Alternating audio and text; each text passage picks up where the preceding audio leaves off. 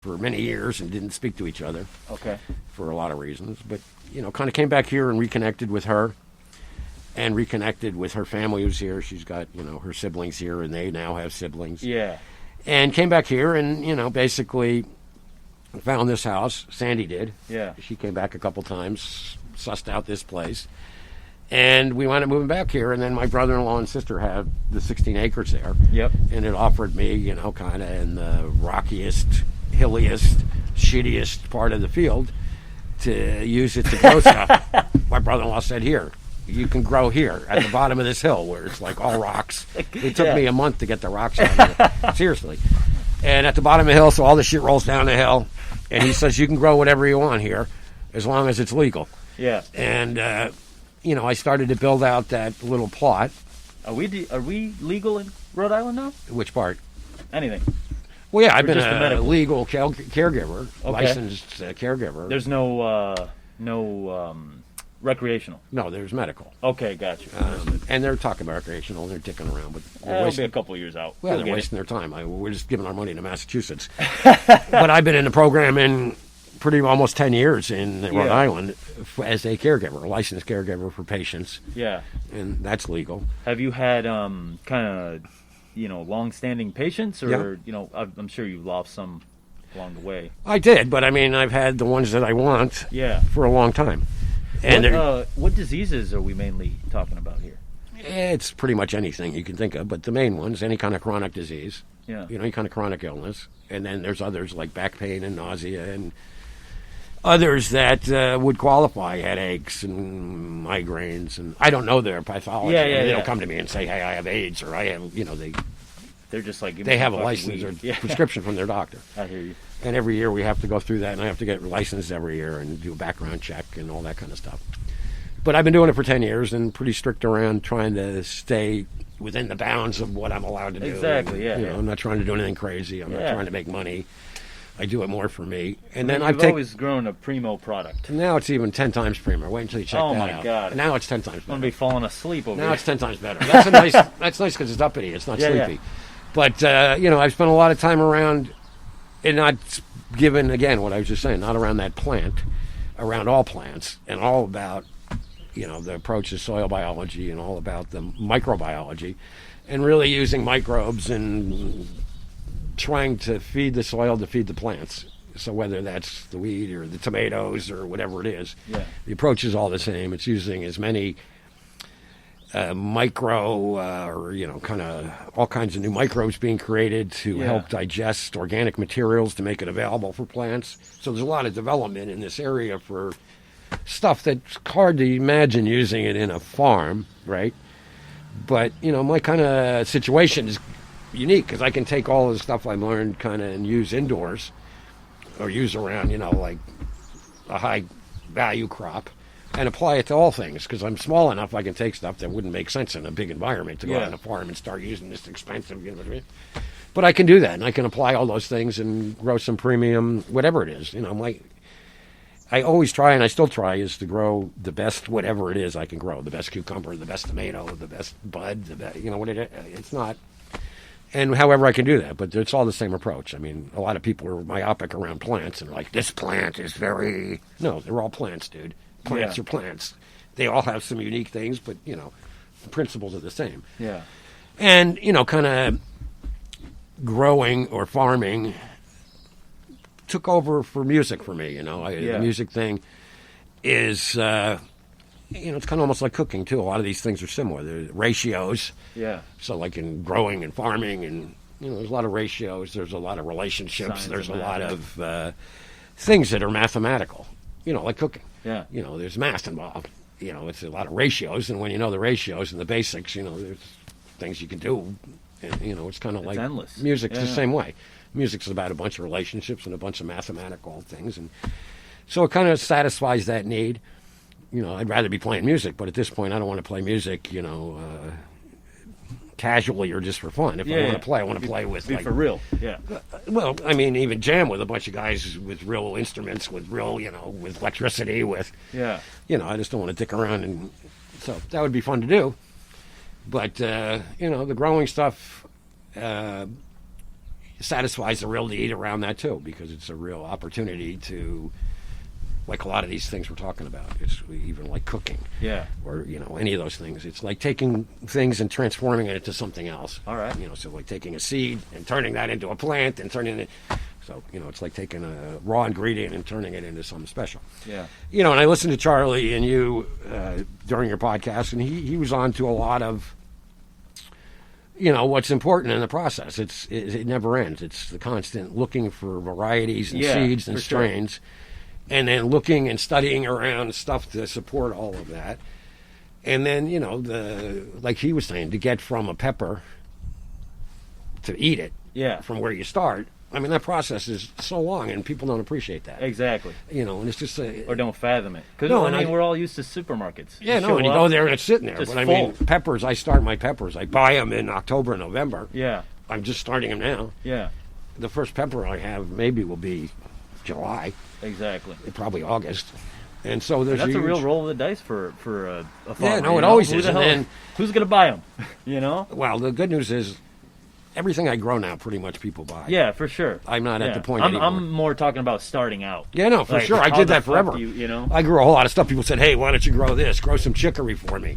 Then you hey, dude, I got all this chicory. Do you want it? No, we don't want that. We don't want that. Seriously. That sounds like a chef. It happened all the time. Oh, this shit's bitter. Really? It's bitter? It's chicory, dude. It's bitter. That's amazing. Oh, yeah, no, we don't want this. It says this isn't the right variety. You picked the variety. Yeah. I showed you the catalog. You picked the one, and then you told me it's no good. So I did that for years. Jesus You're like knocking Christ. your head in the wall. Here, I grew all this stuff you wanted. Oh, we don't want any of that. That's off the menu now. We changed the menu. Yeah. Well, you forgot to mention that when it was like a 3-month ramp up to get to, the first. But the good news is the people I work with now, the chefs, that's been a long struggle. And the hardest part is not the people shit. Yeah. I mean, because the endearing part about doing this is two things. One, I love doing it. So I love playing in the soil and growing this stuff and connecting with all of what that is and having the knowledge and the ability and the results to do it. Yeah. And then really the people part of it is, connecting with people that are driven and passionate about the ingredients, that really recognize the difference between a shitty this and a shitty that. Yeah. You know what I mean?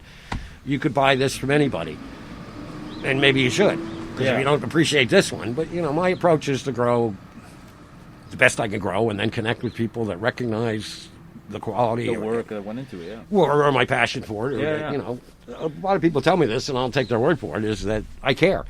Yeah. A lot of people don't give a shit. You just throw it in there. Here it is. You got it. And I really care. I won't sell people shit that I don't 100% behind. Exactly. I don't think is up to snuff. I'll say, no, sorry, it's not up to snuff. No, it's fine. It's not fine. But anyway, I mean, the people part gets harder because as the pressure becomes, kind of insurmountable in the restaurant industry where we are today and where we've been for a year. Let's not mince words. We've been in this...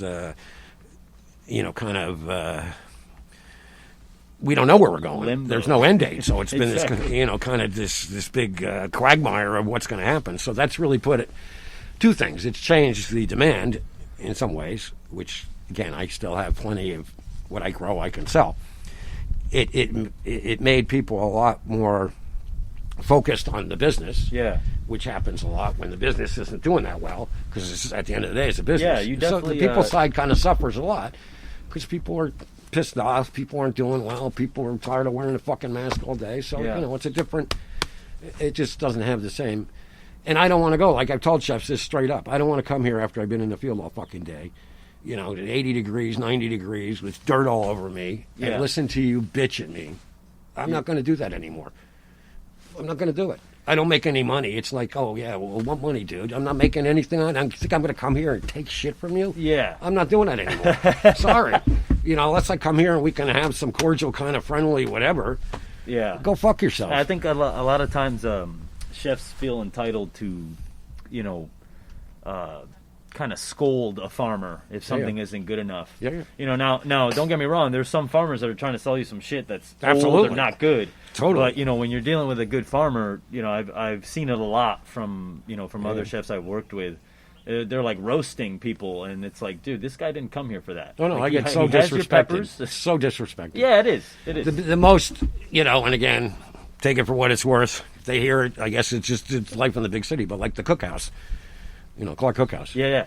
Good customer. Been a customer for a long time. Treat me like shit. Yeah. Really, treat me like my time doesn't matter. I've been on the field all day. You're going to make me stand in the corner for half an hour and then not take anything? Yeah, that's that ego. Yell at me and then tell me to go fuck off. And, I mean, what are you, out of your mind? Yeah. So, anyway, having said all that, I mean, I have a core group of chefs that I connect with. Yeah. That I appreciate and respect what they do, and they respect what I do. For sure, yeah. I mean, back in the day when we stared dealing with you, you used to sell to the TSK guys. Yeah. And those guys are still around, with I still sell to them to this day. Their models changed a lot. I mean, for sure.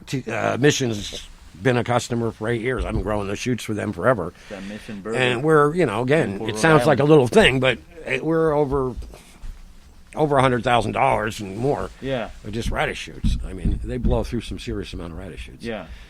So that's all good. It's just been very frustrating from the people side of that. And then I hate delivering. I mean, the worst thing about what I do is delivering. Yeah. I hate being out in the traffic and going out and fighting these people who bring the shit to them. So after 10 hours. And so I made some hard decisions as the labor. pandemic kind of set in, and, things got a little squirrelier. I mean, I'm 63. Yeah. I don't have a lot of pre-existing conditions, but I don't want to catch anything, and I don't want to get sick or any, so I became a lot more stringent in the people I would for sure. sell to. If they're only buying $5 worth of stuff, sorry, dude. I'm not coming here for $5. Not anymore. You know what I mean? I have some real customers that buy stuff, and I'll deliver to them. But, I've had to really make some changes in putting myself out there. And I don't know where we're going. I really don't know where the whole thing's going. I have customers calling me now. Hey, what do you have available? What are you going to have? What? So I'm starting to plan my season. Yeah. And, I've done well the last couple seasons with trying to keep less of more. So have more of a crop rather than have a million things. Mm-hmm. So just have a lot more things that, and the peppers do well. I grow a lot of shishitos and a lot of other peppers, specialty peppers, like the new habadanas. They're the ones that aren't hot, the habaneros. Yeah. Grew a shitload of those. Those are so good. I made a whole bunch Charlie of them. Charlie loves them. Oh, they're so good. I made fermented pepper sauce with them. Yeah. They're so good. He makes that for the Charter Oak, and they were so good. He made it also for the truffle shuffle hot sauce for they were Super so Bowl. good. They take a long time. You know what I mean? Yeah. They take forever. For sure. And the shishitos are good because they keep producing. And I have some varieties that are hybridized that are kind of bushy. Yeah. That are really producing. Okay. And I get $6, $7, $8 a pound for them. So, that's good. Yeah. A lot of the other stuff, again, I'm one person. I can't really compete and don't want to compete. It's like tomatoes. I don't specialize or spend my whole time on tomatoes. I grow tomatoes. There's so many people, that's all they do. Yeah. And they're on the tomatoes, and they got tomatoes like dialed in like you would. Well, you gotta, sometimes you look at ordering and buying shit, and it's like sometimes you just got to go to the guy who does it just one thing to get the best. Well, not only that, and then their price is better. Yeah, exactly. Having tomatoes in the middle of the summer when everyone has tomatoes, they're worth nothing. Yeah, exactly. It's like, dude, we're buying them. So I don't try to play those games. At the garden before I left. They got an awesome farm. They started doing these late harvest tomatoes that you kind of like hang up and so that'd be cool. Concentrates. Yeah.